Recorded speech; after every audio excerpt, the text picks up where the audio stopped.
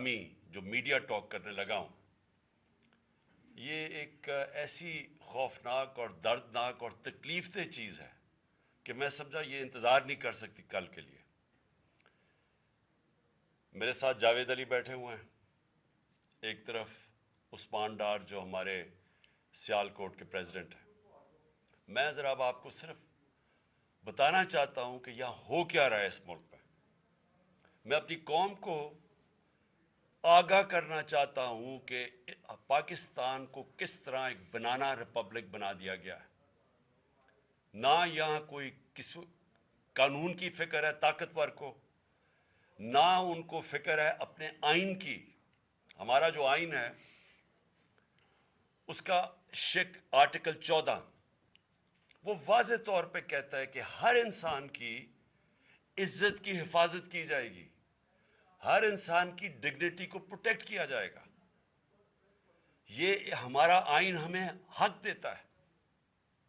لیکن جو یہ جاوید علی سے ہوا، یہ میں اس کے منہ سے آپ کو سننا چاہیے کہ اس انسان سے ہوا کیا۔ اور میں اس کے بعد آپ کو بتاؤں گا، یہ جب ختم کر دیں گے، کہ یہ جاوید علی تو ایک آدمی ہے جو سامنے آ گیا ہے۔ یہاں اتنے لوگوں کو انہوں نے، جب سے ہماری گورنمنٹ گئی ہے، اس طرح کے بیان دلوانے کی کوشش کی کہ یا ہمارے MPs MNAs جو تکڑے وزیر ہیں ان کے خلاف دو، یا ان کے اوپر ویڈیو فلم بنا دو، یا بلیک میل کرنے کے لیے ان کی کوئی آڈیو ٹیپس کر دو، یا ان کے اوپر کوئی کرپشن کے کیسز بنا دو بلیک میل کرنے کے لیے۔ صرف ایک ان کا مقصد ہے کہ کسی طرح تحریک انصاف اور عمران خان کو کمزور کر کے ان چوروں کو پھر سے الیکشن جتا دیا جائے۔ اب میں جاوید علی کی انٹروڈکشن کروا دوں۔ ان کو عثمان ڈار نے، جو کلاس 4 ہوتی ہے، جو کلاس 4 کی نوکری ہوتی ہے، وہ نوکری دلوائی سیالکوٹ میں۔ یہ خود بتائیں گے کہ ان کی نوکری ایک چوکیدار تھے، جی چوکیدار کی نوکری تھی۔ ان کو اٹھایا گیا، پولیس نے اٹھایا، اور اس کے بعد نامعلوم افراد نے اٹھایا، اور اب ان سے پوچھے، ان کی زبانی پوچھے کہ ان سے کیا گیا۔ پھر میں واپس آتا ہوں آپ کے پاس۔ بولو جاوید۔ السلام علیکم جی، میرا نام جاوید علی ہے، میں چوکیدار کی نوکری کرتا ہوں ایجوکیشن ڈپارٹمنٹ میں۔ تو مجھے ادھر بلایا جاتا ہے کال کر کے کہ آپ آئیں ادھر اور آپ سیلری اپلائی کریں اور آپ کو جو ہے نا آپ کی سیلری ملے۔ میں ادھر گیا ہوں اور مجھے ادھر صبح 11 بجے سے لے کے تقریباً 3-3:30 بجے تک بٹھایا جاتا ہے۔ آپ بیٹھو، کرتے ہیں تقریباً ادھر 4 بجے کے قریب 7-8 پولیس والے آتے ہیں۔ وہ ادھر سے مجھے پہلے ہاتھ کڑی لگاتے ہیں، بعد میں میرے آنکھوں پہ اوپر شرٹ باندھتے ہیں اور اوپر چولا ڈال لیتے ہیں کہ جیسے میں کوئی دہشت گرد ہوں، ٹھیک ہے۔ ادھر سے مجھے پرائیویٹ گاڑی میں اٹھاتے ہیں اور لے جاتے ہیں نامعلوم جگہ پہ۔ ادھر جا کے میرے اوپر مارک چڑھا ہوتا ہے، آنکھیں باندھی ہوتی ہیں، تقریباً 7-8 بندے ہوتے ہیں وہ جو مجھے جاتے فرش پہ لٹا دیتے ہیں اور مارنا شروع کر دیتے ہیں کہ تم نے، عثمان ڈار نے تم سے کتنے پیسے لیے نوکری دلوانے کے لیے۔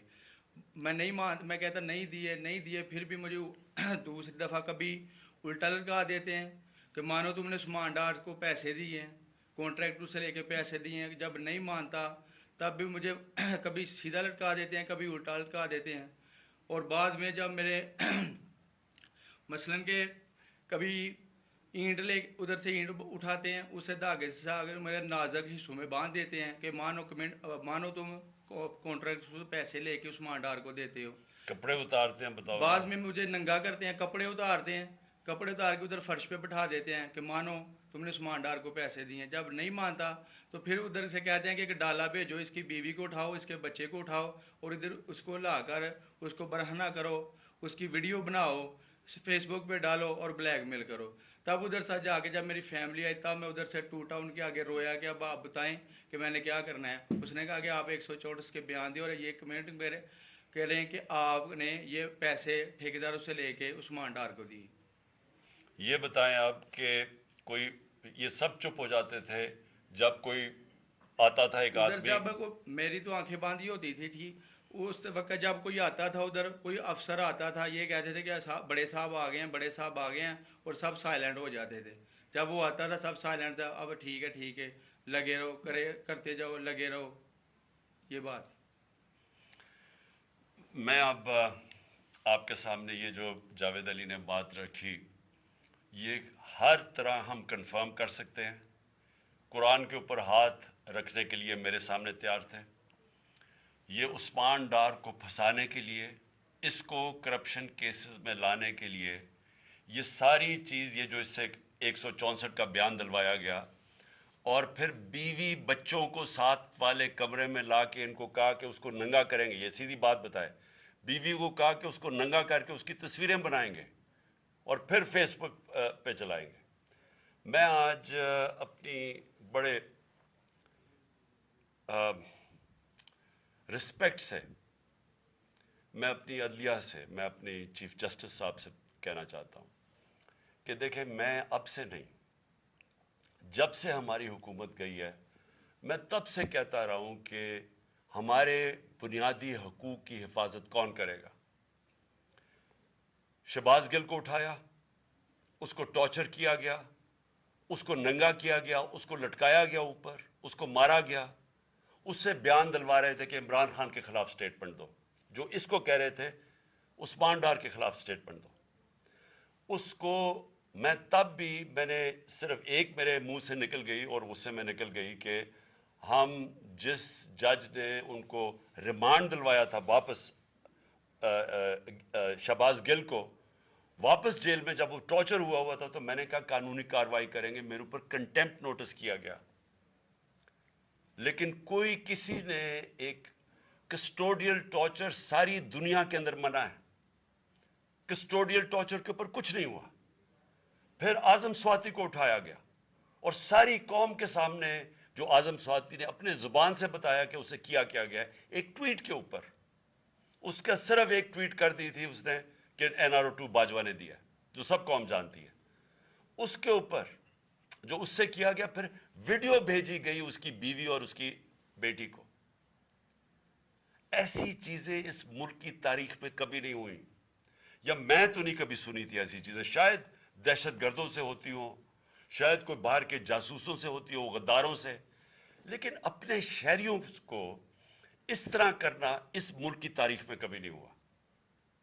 میں نے، جب مجھے گولیاں لگی، میں نے تب چیف جسٹس صاحب کو پہلے مخاطب ہوا. میں نے کہا دیکھیں، جنہوں نے مجھے یہ قتل کرنے کی کوشش کیا وہ سارے اقتدار میں بیٹھے ہوئے ہیں. اس میں یہ جو ایک آدمی ڈرٹی ہیری جب سے جنرل باجوہ لے کے آیا یہاں، تب سے یہ تشدد شروع ہوا ہے. شہباز گل کا، اعظم سواتی کا، مجھے گولیاں لگی. یہ جو داستان آپ سن رہے ہیں، سوشل میڈیا کے بچوں سے پوچھیں، جب سے یہ آدمی آئے ان سے اٹھ کے کیا ہوا. ان کو بند کمروں میں کپڑے اتارے گئے، ذلیل کیا گیا. ایک ماں باپ نے مجھے کال کی، انہوں نے کہا ابھی تک ان کا بیٹا نارمل نہیں ہوا. اس سے اوپر اتنا تشدد کیا کہ وہ ابھی تک نارمل نہیں ہوا. اور میں ان کو کہا، جس طرح اس کو جاوید کو کہا میں نے سامنے آؤ، سب ڈرتے ہیں، نامعلوم افراد سے سب ڈرتے ہیں، اور کوئی کسی قسم کی پروٹیکشن کسی کو نہیں ہے، کیونکہ یہ قانون کے اوپر ہے، یہ جو مرضی کر لیں، کوئی ان کو بچانے والا نہیں ہے. کوئی جاوید جیسے انسانوں کو جب یہ کرتے ہیں، اس کو پھر دھمکیاں دی گئی کہ تم نے یہ بتانا کسی کو نہیں ہے، تو ہم یہ کر دیں گے، ہم تمہیں یہ مروا دیں گے. تو یہ اس ملک کی، ہمارے پاس تو ایک ہی راستہ ہے، اور مجھے پتا ہے کہ عدلیہ کے اوپر پورا اٹیک ہے، یہ مافیا کا. یہ پولیٹیشین نہیں ہے، یہ مافیا ہے جو ٹیپیں بناتا ہے ججز کی، جو ہر قسم کی بلیک میل کرتا ہے. انٹیریئر منسٹر ٹیپ چلا رہا ہے کسی کی، یہ بالکل غیر قانونی چیز ہے. وہ جج کی ٹیپ چلا رہا ہے، وہ اس کی مریم وہ ٹیپ چلا رہی ہے کسی ارشد ملک جج کی، کبھی ثاقب نثار کی ٹیپ چل رہی ہے. یہ کسی مہذب معاشرے میں یہ چیزیں نہیں ہوتی. یہ کنٹرول کے لیے، عدلیہ کو کنٹرول کے لیے صرف یہ سارے حربے استعمال کیے جا رہے ہیں. میں آج اس پلیٹ فارم سے اپنے چیف جسٹس اور اپنی ہائر جوڈیشری کو، امید تو صرف آپ سے رہ گئی ہے. اس وقت جو جس طرح کا ظلم کیا جا رہا ہے، یہ نامعلوم افراد جو کر رہے ہیں اس ملک کے ساتھ، اور خاص طور پہ جو ڈرٹی ہیری ہے، میری ساری انہوں نے، یہ کیسے ہو سکتا ہے کہ میری جو ساری جے آئی ٹی کی رپورٹ تھی جو انہوں نے فورینسک ایویڈنس جمع کی ہوئی تھی وہ ساری ختم کر دی ہے. ان 4 آفیسرز کو پھر اوپر بٹھا دیا ہے جن کے اوپر پروسیکیوٹر جنرل نے کہا تھا کہ انہوں نے میری جے آئی ٹی کی ایویڈنس سیبوٹاج کرنے کی کوشش کی. اس نے ٹیررزم کورٹ کو بتایا ہے, ان کو واپس لا کے اوپر بٹھا دیا ہے. یعنی اس سے انصاف ملے گا. ساری ایویڈنس ختم کر دی ہے تو ہمیں کدھر جائیں گے ہم؟ میری ریکویسٹ ہے چیف جسٹس صاحب, یہ جاوید علی کی اس کے اوپر سوٹ موٹو ایکشن لیں, پتہ چلائیں کہ یہ کون لوگ ہیں. اور اوپر سے اس نے نامعلوم افراد نے اس نے سنا کہتے ہوئے کہ پولیس کے اوپر سارا الزام لگانا, پولیس کو پنچنگ بیگ بنانا اور کچھ نہ کہنا, نہیں تو ہم تمہیں یہ کر دیں گے, مار دیں گے. دیکھیں جی وقت آ گیا ہے. میں اپنی جوڈیشری سے یہ کہنا چاہتا ہوں کہ یہ جو بھی آپ کا سب سے بڑی جوڈیشری کی سب سے بڑی ذمہ داری ہمارے بنیادی حقوق کی حفاظت کرنا ہے. یہاں جس طرح یہ رجیم چینج کے بعد جس طرح بنیادی حقوق ختم کیے گئے ہیں, لوگوں کو لاوارث چھوڑ دیا ہے, سمجھ نہیں ہے لوگ جائیں کدھر انصاف کے لیے. ہم نے ایک پرامن احتجاج جیل بھرو تحریک شروع کی. جو لوگوں کو اٹھا کے لے کے جا رہے ہیں ان کو کپڑے نہیں دے رہے ہیں, ان کو دور دور لے گئے ہیں, کسی کو اٹک ڈرانے دھمکانے سے خوف پھیلا رہے ہیں. ایک طرف ایک پرامن احتجاج تھا کہ ملک میں نقصان نہ پہنچے. اب ہماری قوم آگے مشکل میں ہے, مہنگائی میں ڈوب گئی. کبھی پاکستان کی تاریخ میں 41% مہنگائی انفلیشن نہیں ہوئی, چھوڑ کے گئے تھے 12% تھی, آج 41% ہے. ہم اس کے احتجاج کریں کہ چور اوپر بٹھا دیے, این آر او مل گیا ہے, پکڑ کے یہ حالات ہوتا ہے, سب کو ڈرانا دھمکانا, جرنلسٹ کو, صحافیوں کو, ٹی وی چینلز کو. تو میں صرف چیف جسٹس صاحب اور آپ اپنے سپریم کورٹ سے آج خاص درخواست کرتا ہوں کہ یہ جاوید علی کی کہانی سنیں, پوچھیں کون ذمہ دار ہے, کہیں تو لائن ڈرا کریں کہ اب ان کو خوف تو ہو کہ کوئی کھڑا ہے ان کے لیے, عوام کے لیے, عوام کے ساتھ کھڑا ہے.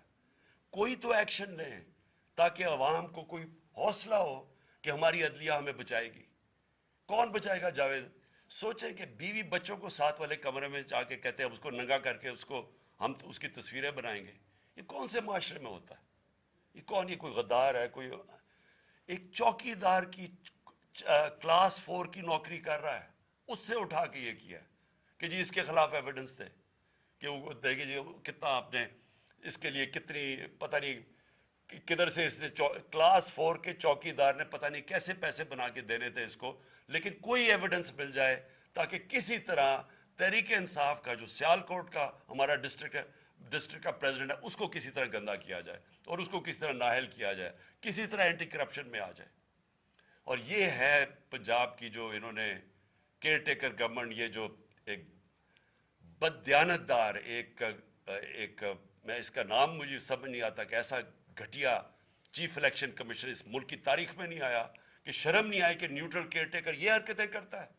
یہ نیوٹرل کیئر ٹیکر کے نیچے ہو رہا ہے.